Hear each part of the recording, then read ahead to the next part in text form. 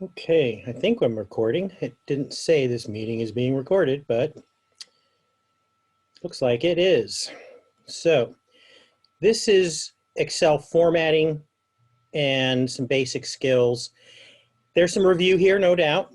We've already done some of this, but there's some additional stuff. So it'll be good to kind of refresh yourself of the things that you should know that we've already talked about, that maybe you've already done, and reminding yourself of the things you've forgotten about that, and then adding a few things to the list.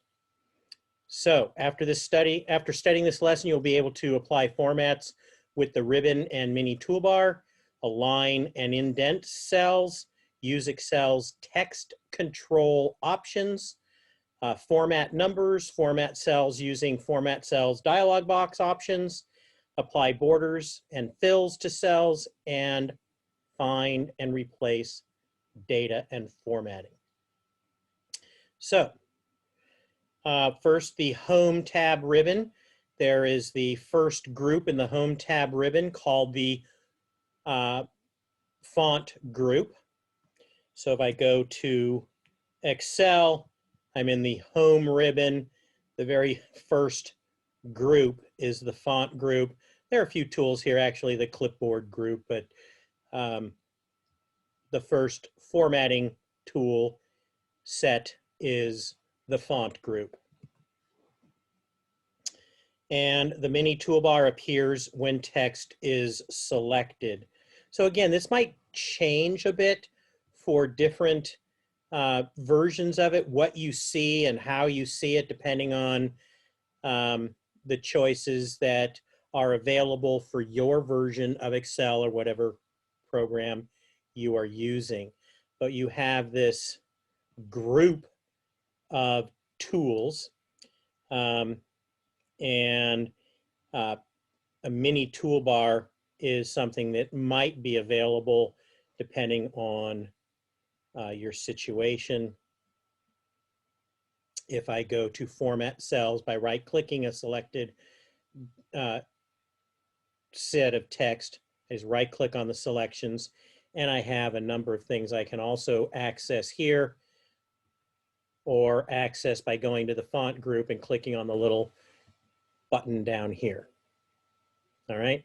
Now I have 2010 version installed on my Hartnell issued laptop, so it doesn't look exactly the same and doesn't behave exactly the same as the 2013 or the 2020 versions of Excel, but they're very, very close. Just some minor things like this mini toolbar, which doesn't appear in my version.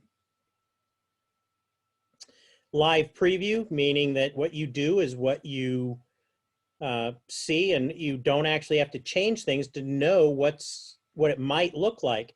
So if I want to look at these headers here and I want to see what they look like in a larger font, I click on my font size, and I can just go down the list, and it will automatically, as you see here, it'll automatically change the font size as I'm doing it.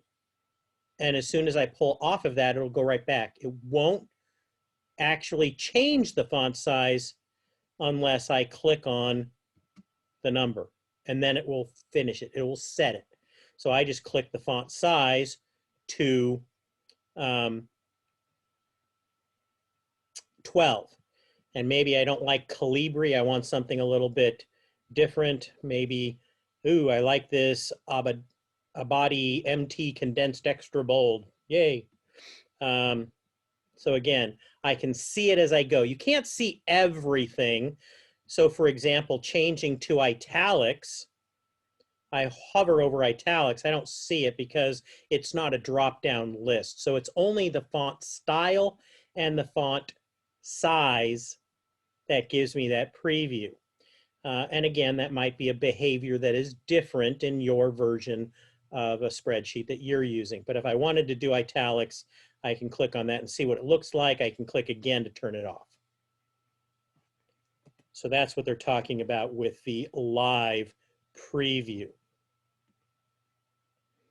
Aligning text entries. By default, text entries are left aligned, and numbers are right aligned.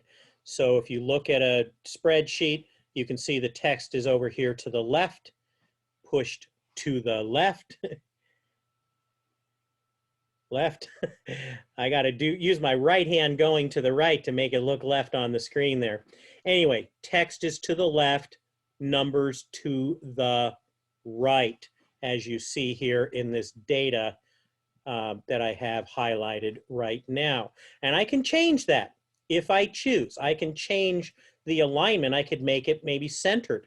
Here is the centered button, and now all of the numbers are centered, which sometimes works, sometimes it doesn't.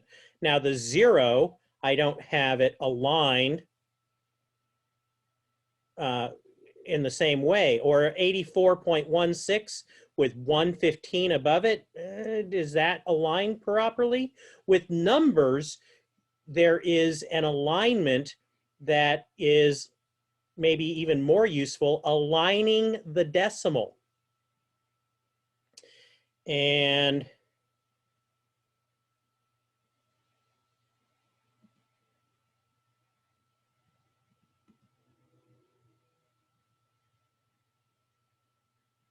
oops, these are numbers with 2 decimals.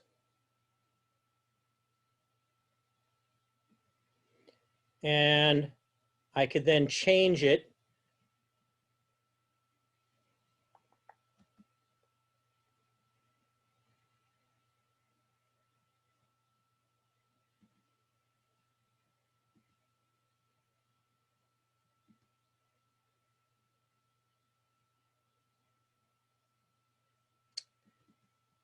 and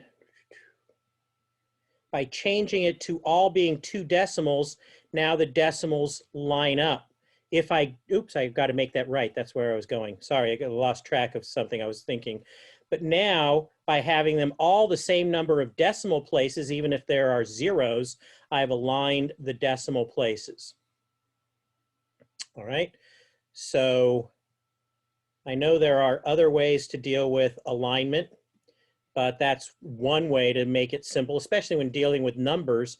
It makes it easy to see that the 84 is less than the 115. They all have 2 decimal places to be consistent. Now, I didn't do that on these numbers. I only selected part of the numbers so you could see the difference.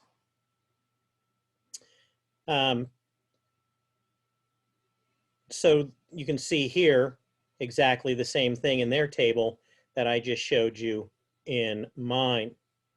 Offset text and numbers from the left and right edges of cells. So, you know, this is called indenting.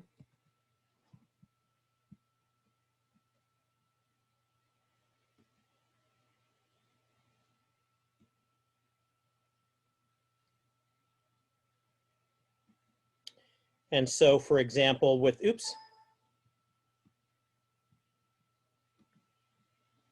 these are now accidentally, I aligned those to the left, but here is, or excuse me, to the right. Now they're aligned to the left again because I had them selected with the numbers.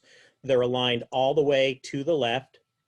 But if I wanted to change the alignment, there can be an indent. And here's the quick tools for increasing the indent, decreasing the indent. So I've got the quick alignment tools that I can use for changing the indents. And that just, even though they're left aligned, it gives me some space so they're not right up against the edge. And so you can adjust the indent, and I can go into the alignment and specify the indent. Increasing the indent gives me more or less space depending on how far I want it indented.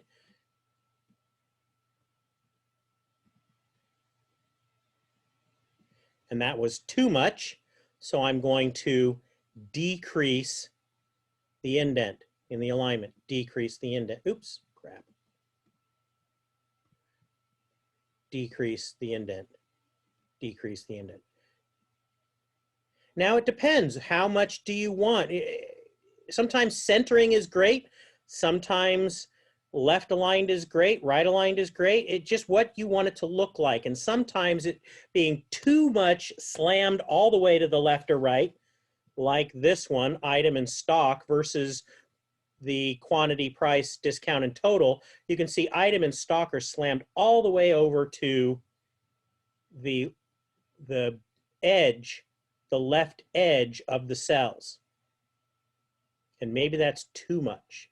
So you do have these indent options that you can play with, and you can adjust them here with how much you're indenting.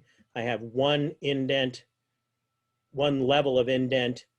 And you don't have really fine control over that, but you do have some control. If you really, really, really, really, really need fine control, I can get rid of the indent. And remember this trick? I can hit the F2 key to adjust, and then type a single apostrophe, which says take everything I want literally and do a space, space. Enter. What did I just do? I added 2 spaces, which is the same as indenting, but now I have fine control over that because I can actually change that font from 12 to 8. And now it's a little less indent. Or I could even make the indent font, just select the 2 spaces I made, make it 2. And now when I hit enter, it's just a tiny bit. It just barely took it off of the line, just enough to feel comfortable. But that's really tedious, and I don't do that very often, but sometimes when I'm trying to get certain elements to line up on an Excel spreadsheet and indent is just too coarse of a tool, I can use that trick of an apostrophe followed by 1, 2, 3 spaces, and then adjust the font size of those spaces to have very fine control of how far left and right that text is going to look. Now, it doesn't work on number cells that way because you don't want an apostrophe followed by spaces on a number, or the math calculations won't work. It's no longer a number. And it's really tedious. I wouldn't want to do that over and over and over again for something like this, where if I've got a whole column of data, I don't want to do that on every single cell in the column. That would be tedious as well. So I only use that in very specific cases. Indenting is usually the best way to go. Merge across cells and wrap within cells and shrink to fit inside of a cell. All right, merge across cells. So if I have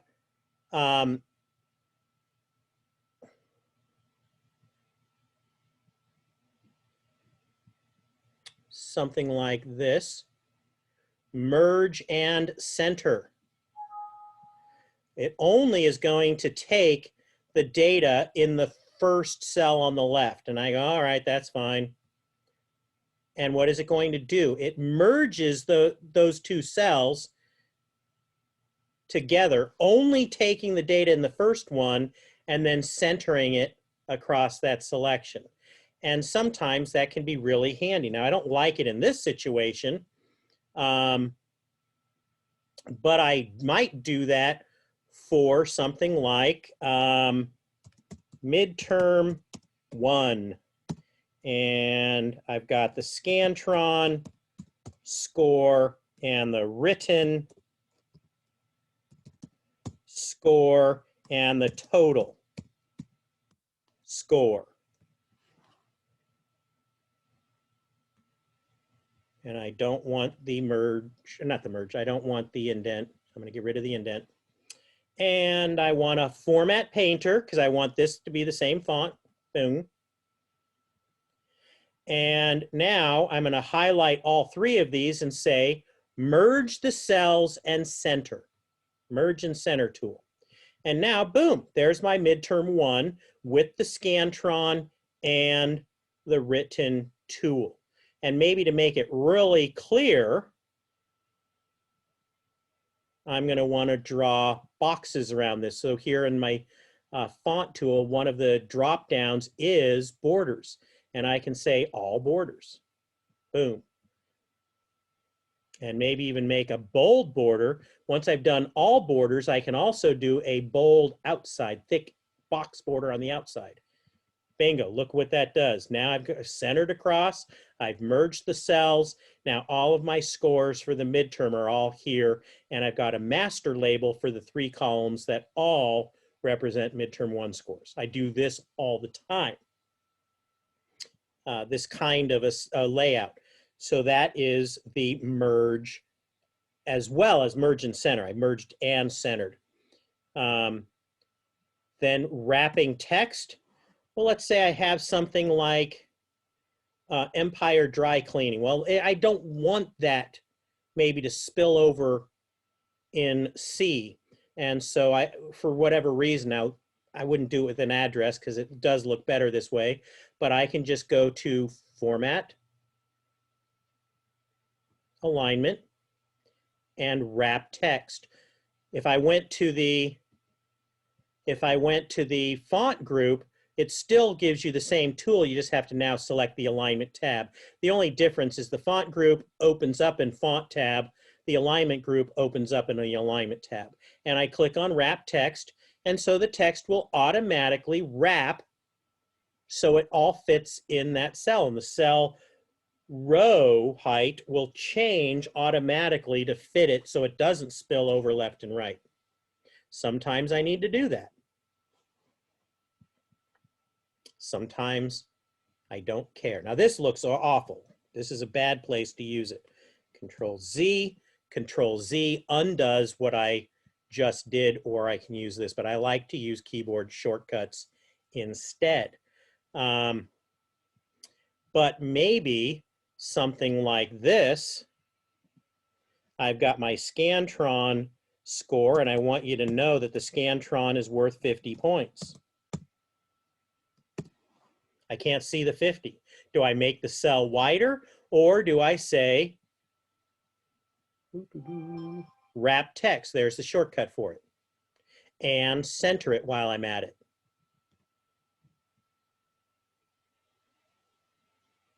Bingo. Now that looks okay. But keep in mind, it made the entire row bigger when you wrap text, which is fine.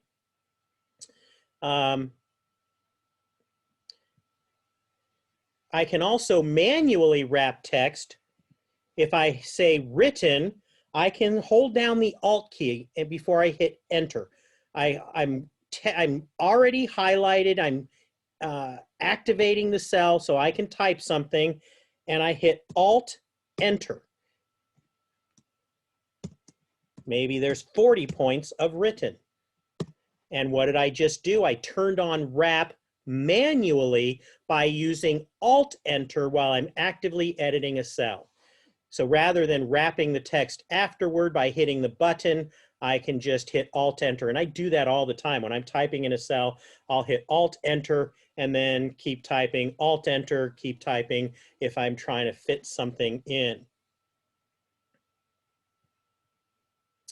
Now maybe I'm trying to fit something in that's even bigger. Let me center that first. Total, Alt Enter, total is 90, right? Center. And there I've got what I want for my midterm score. But maybe I have an explanation here, you know, an asterisk.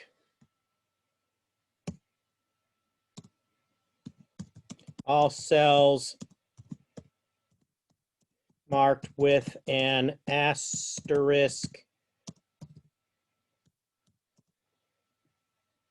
indicate a student who has been granted an extension for the midterm.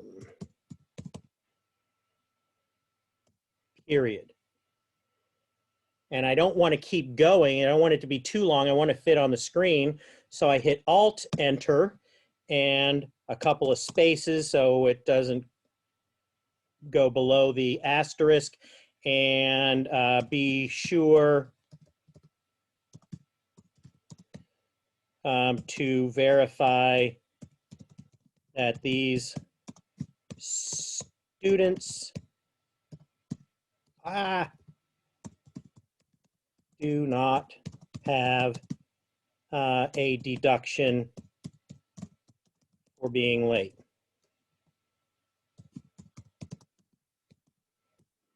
Done.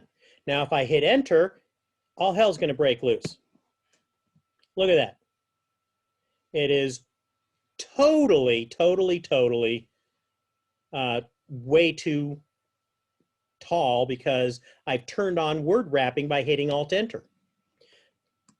What I would have done, I would have seen this coming, highlight a whole group of cells, and I'm not going to say merge and center, but I'm just going to say align, and I'm going to say merge.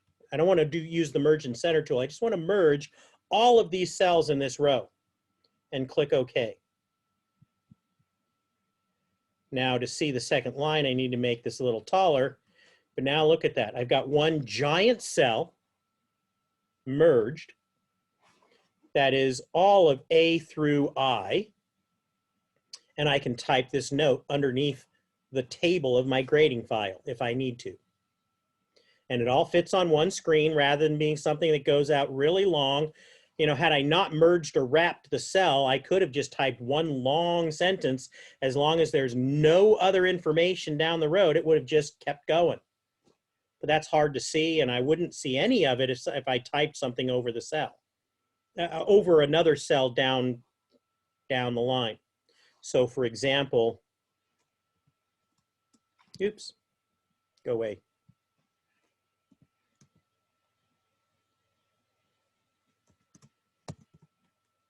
If I have a long sentence like this, I can see it, and I didn't have to use the merge of cells because it's just literally spilling over onto the other cells, and word wrap is not turned on. So this is just literally laying on top of cells B through F. But if I typed something here, everything else disappears. I can't see it anymore. I can only see the sentence up to that point.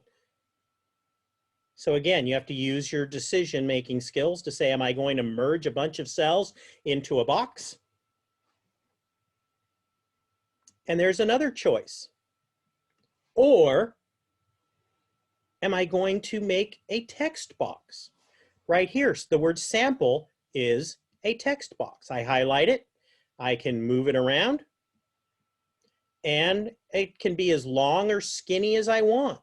And I can put notes in it, and I can move it around. I can do anything I want with this text box, and it's completely mobile. You can see how I changed the background font. All you do is click on the edge and say format the shape, and I can choose things like the fill color, it's yellow. I can change the line color if I wanted to. I could have a solid line that is green, and I could make it a line style that's really big. There it is, my nice big green line around it. I can do anything I want, and I don't have to worry about cells merging or anything like that. This is another choice. Okay? But if I liked this and I didn't want the text box, I could do the same idea. I could just select a group of cells and again, right-click, format cells, merge the cells, and now it's just one big cell. Sample. But I want this to be centered left to right, centered top to bottom. I'm using my alignment tools, and I want it to be much bigger. And bold. And yellow. I kind of did the same thing. Oh, but I need the border too. Well, there's a simple border. The text boxes gives you much more control over the details of borders and things like that. If you make it as a cell, it has less flexibility. And now I can't move this as easily. It's a part of the spreadsheet. The text box is not.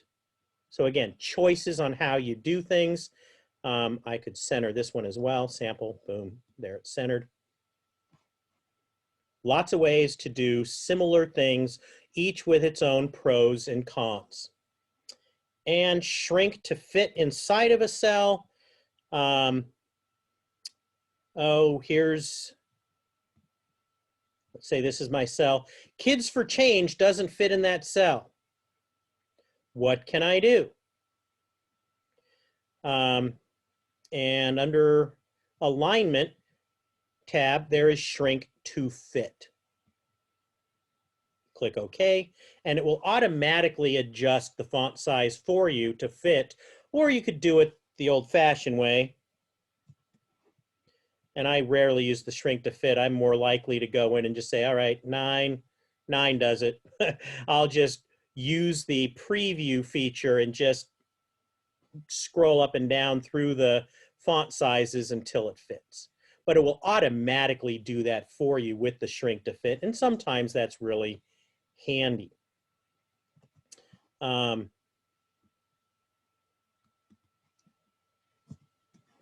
Now, what if I have two different sizes and I say shrink to fit? Alignment, shrink to fit. It will adjust each of them. This is where shrink to fit comes in handy. If I have a whole set of things that I want to adjust the sizes and I don't want to go through them one at a time, I could say shrink to fit for the entire group of things, and it will adjust the font size for each one independently so they all fit in the cell. And that's really nice if I'm trying to get things to line up left and right. I want a nice column of information and I want them to be the same width. Using the shrink to fit automatically gets them to line up pretty darn close to each other by adjusting the font size bigger and smaller. And I've done this for creative things like maybe poetry or lyrics, where I'll type things into different lines, and rather than doing it in Word, I'll create it in Excel and make these wide, page-wide boxes, and then I'll do shrink to fit on all of them. So some of the fonts are big, some of the fonts are small, depending on how many words I put on each box. And when it's done, it actually looks kind of cool. It creates a creative display, which I'm sure you've seen things done like that, where there are posters or charts, sayings, or a piece of lyrics from some song, and the lines are all in different sizes so they fit in the frame in a creative way. Shrink to fit, really nice tool. And I'm going to take a break at that point.